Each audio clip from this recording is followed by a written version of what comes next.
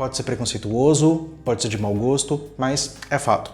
Todos nós em algum momento já ouvimos piadinhas sobre aquele nome que era cheio de L duplo, com Y, com W, ou quando não a gente já ficou confuso olhando o nome e sem saber como pronunciar. Mas por que isso acontece? Existe alguma lógica por trás dessas criações tão exóticas? É sobre isso que eu quero falar com vocês hoje. Ao contrário de muitos países, como por exemplo Portugal, a legislação brasileira não coloca muitos limites nos nomes que os pais podem colocar nos filhos, não. O único impedimento real é contra nomes ridículos ou imorais. Se bem que o que exatamente são nomes ridículos ou imorais vai da interpretação de cada um. A gente consegue imaginar que seriam nomes como, por exemplo, Comigo é 9 da Garrucha Trouxada, Esparadrapo Clemente de Sá e Barrigudinha Celeida.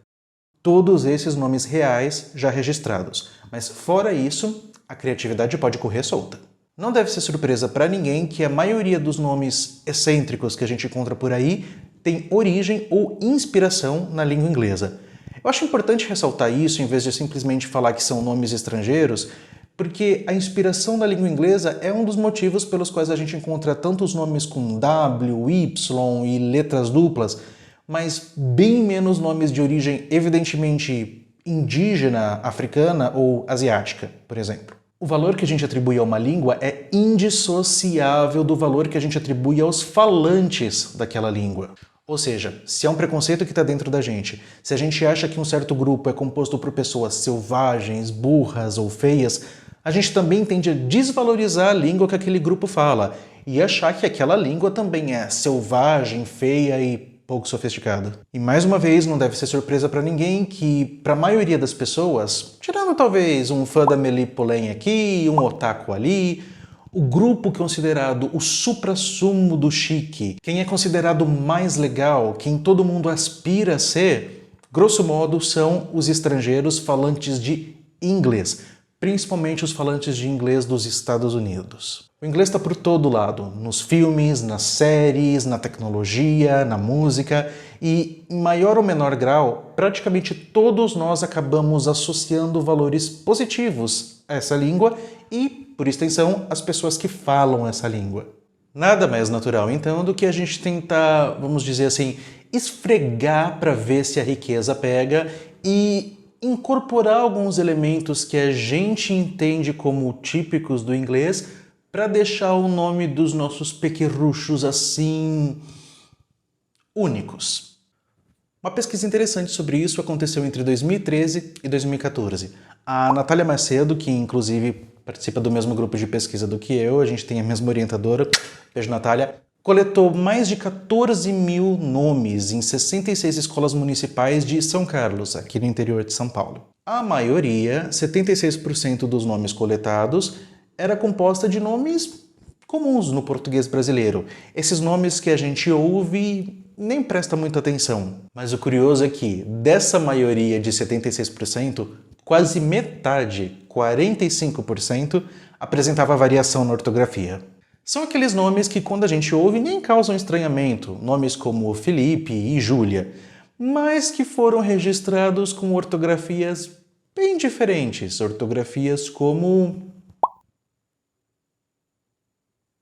Por mais que esses nomes não sejam empréstimos nem criações novas, a ortografia que foge do padrão dá esse tempero estrangeiro. E vamos combinar, né? A gente vive num mundo em que muitas das celebridades que a gente admira têm nomes que a gente não consegue nem pronunciar, muito menos escrever direito, com combinações de letras que soam totalmente estranhas para quem está acostumado com as palavras do português brasileiro. Nesse contexto, colocar algumas letras estranhas no nome da criança acaba sendo uma forma de remeter a esse mundo tão chique que a gente tanto admira, mas do qual a gente não faz parte. E, de certa forma, acaba também veiculando a crença de que pessoas únicas devem ter nomes únicos, ou que um nome único transforma você em uma pessoa única. É como se, ao batizar uma criança de Isabel, a gente estivesse dizendo, ok, o nome pode até ser conhecido, mas essa Isabel não é igual a Isabel lá, a senhorinha vizinha da sua avó. Essa Isabel é especial. Essa Isabel a gente escreve o nome com Y e 2 L's. Outra estratégia, para quem já é um pouquinho mais ousado, é adotar um nome estrangeiro, mas adaptando a ortografia para que fique claro para quem lê como esse nome deve ser pronunciado. Esse foi outro padrão encontrado pela Natália na pesquisa dela. É o caso de nomes como Caroline e David. O problema é que muitas vezes não existe uma saída fácil para essa adaptação. Vamos supor que eu quero chamar minha filha de Jennifer, com J. Eu quero garantir que ninguém vai ler o nome dela como Jennifer. Como é que eu faço isso?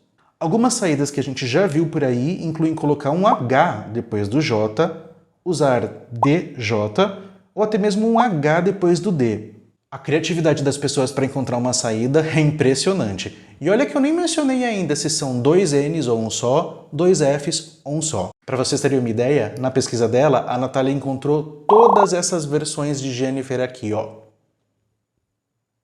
É claro que batizar uma criança com um nome estrangeiro, quando você não fala aquela língua estrangeira e talvez nem reconheça exatamente aquele nome direitinho, pode dar origem a variações curiosas. De longe, o meu exemplo favorito dessa categoria é esse aqui, ó, Shaquille O'Neal. Um nome que também foi coletado pela Natália na pesquisa dela e que a gente imagina que tenha sido uma forma de homenagear ou de fazer referência ao ex-jogador de basquete americano Shaquille O'Neal. Outro exemplo que eu adoro é esse aqui, ó. E se você não faz ideia do nome que essa ortografia deveria representar, eu posso te dizer que esse nome foi registrado no Rio de Janeiro e que no Rio o S, no final de sílaba, costuma ser chiado. E então esse nome poderia ser pronunciado como Washington. E qualquer semelhança com Washington não é mera coincidência. Agora, se você quer soltar toda a criatividade que existe em você, sempre existe a possibilidade de criar nomes do zero. E aí, nesse caso, quanto mais fora do comum, melhor. Se no português são relativamente poucas as palavras como sábado, em que a sílaba tônica, a mais forte, é a antepenúltima, nas criações de nomes próprios, essa é praticamente a regra. Snillisson, Jadson, Janderson, Wellison e por aí vai. Aliás, tem sufixo com um jeitão de estrangeiro por todo lado. Clemerson, Luanderson, Jeffter, Alistair, Wesley, Wesley, New Wesley e por aí vai. Esse último grupo pode até não ser o mais numeroso, mas com certeza é o que tem os nomes mais memoráveis.